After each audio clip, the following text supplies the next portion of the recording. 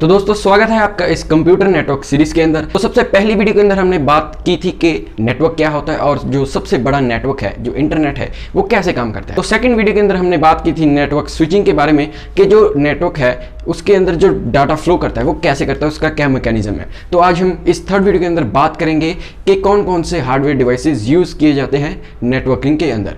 तो दोस्तों स्टार्ट करने से पहले वीडियो को लाइक कर देना, अगर आपने सब्सक्राइब बटन नहीं दबाया है तो उसे दबा देना। और अब वीडियो को शुरू करते हैं। तो कितने तरह के नेटवर्किंग डिवाइस होते हैं ये सबसे पहले हम जान लेते हैं। तो मेनली हमारे पास तीन तरह के नेटवर्क डिवाइस होते हैं। पहला है रिपीटर और उसके आगे जितने भी नेटवर्किंग डिवाइसेस हैं वो उसके अंडर आते हैं। उसके बाद आता है हमारा गेटवे और उसके बाद आता है हमारा राउटर। तो अगर हम बात करें रिपीटर की, तो रिपीटर का मेनली काम क्या है, जैसे इसका नाम है वैसा ही इसका काम है, ये डाटा को रिपीट करता है। तो इसकी ज़रूरत क्यों है? अब देखिए, मान लीजिए आपने कोई भी सिग्नल प्रोड्यूस किया किसी कंप्यूटर ने, तो चाहे वो वायरलेस है चाहे वो वायर्ड है, अब थोड़ा डिस्टेंस उसने ट्रैवल कर लिया है, लेकिन अब उसकी स्ट्रेंथ थोड़ी वीक हो गई है सिग्नल की, चाहे वो वायर के अंदर है चाहे वो वायरलेस है, इससे कोई मतलब नहीं है। तो अब जब उसकी स्ट्रेंथ वीक हो जाएगी तो रिपीटर का काम यही है कि उस सिग्नल को दोबारा से रिपीट करना है ताकि वो और दूर तक जा सके। तो इसके अंदर आता है ब्रिज, हब और स्विच। तो सबसे पहले हम ब्रिज की बात कर लेते हैं। अब ब्रिज क्या है? ये ब्रिज एक तरह का रिपीटर ही होता है। रिपीटर का मेनली काम ये होता है कि इनपुट करके आउटपुट करना है ना।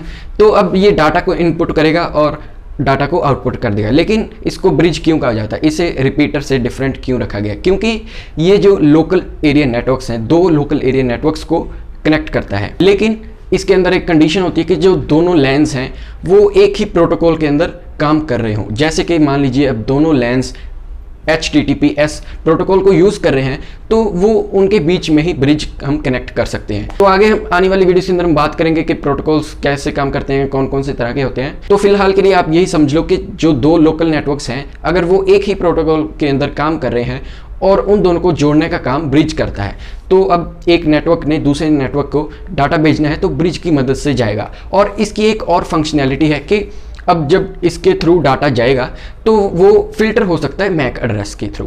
अब मैक एड्रेस हर डिवाइस का अलग होता है। तो मान लीजिए मैंने कोई गलती से एक डाटा भेज दिया जो मैंने नहीं भेजना, लेकिन वो मुझे पता है कि वो जो डाटा है वो किस मैक एड्रेस वाले डिवाइस पर जाएगा या फिर किस मैक एड्रेस वाले डिवाइस से गया था।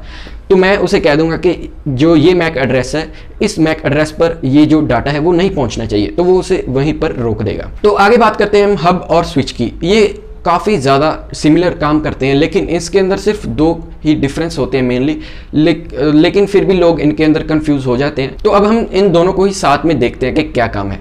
तो दोनों ही एक तरह के रिपीटर हैं, डाटा को इनपुट करेंगे डाटा को आउटपुट करेंगे, लेकिन ये मल्टी पोर्ट रिपीटर होते हैं। मल्टी पोर्ट रिपीटर का क्या मतलब है कि इसके अंदर इनपुट भी काफ़ी सारे होते हैं और आउटपुट भी काफ़ी सारे होते हैं। यानी कि एक स्विच के अंदर हम काफ़ी सारे कंप्यूटर से इनपुट कर सकते हैं और एक स्विच से ही हम काफ़ी सारे कंप्यूटर में आउटपुट कर सकते हैं।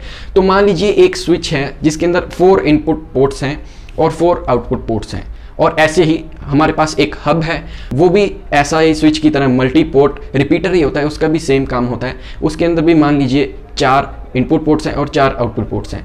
तो अब एक कंप्यूटर ने इनपुट कर दिया है यानी कि उसे डाटा भेजा है, अब उसका काम क्या है?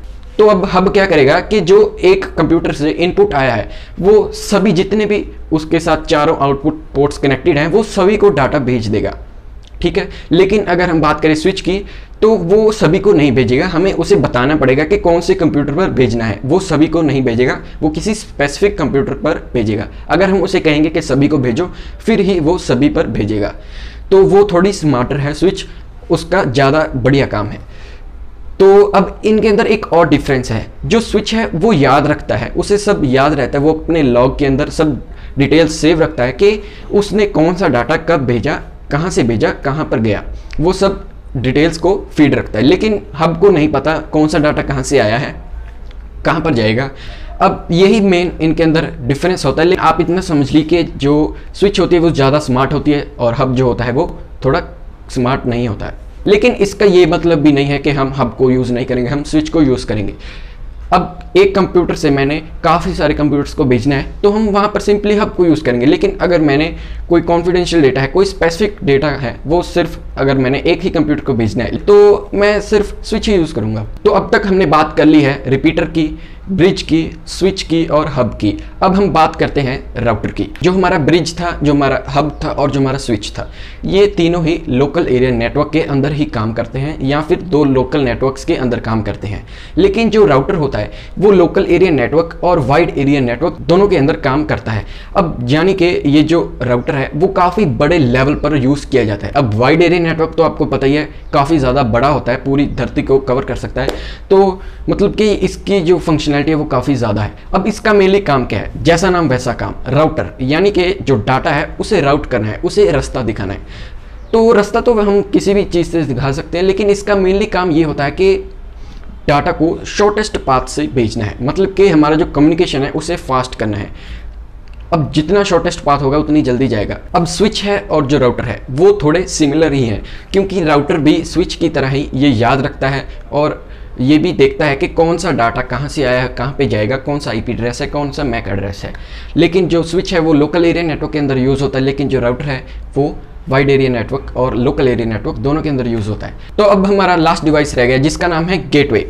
तो अब गेटवे क्या है? जैसा नाम वैसा काम। जितने भी डिवाइसेज हैं सभी का नाम उसी तरह रखा गया जैसा वो काम करते हैं। तो गेटवे क्या है? एक गेट है, एक पाथवे है जिसकी मदद से कुछ कनेक्ट करेंगे हम। तो क्या कनेक्ट करेंगे हम?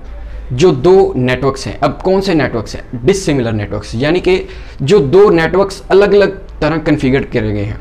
अब नेटवर्क ऐसा तो है नहीं कि एक तरह से ही होगा। आने वाली वीडियोस के अंदर हम ये भी बात करेंगे कौन कौन से नेटवर्क्स हैं, किस तरह के नेटवर्क्स होते हैं। मतलब एक नेटवर्क दूसरे नेटवर्क से डिफरेंट है और उन दोनों को हमने कनेक्ट करना है, तो हम गेटवे यूज़ करते हैं। तो दोस्तों यही थे कुछ हार्डवेयर डिवाइसेस और नेटवर्किंग डिवाइसेस जिसकी मदद से हम अपने नेटवर्क को और अच्छा बना सकते हैं और कम्युनिकेशन टेक्नोलॉजी को काफ़ी आगे तक लेके जा सकते हैं।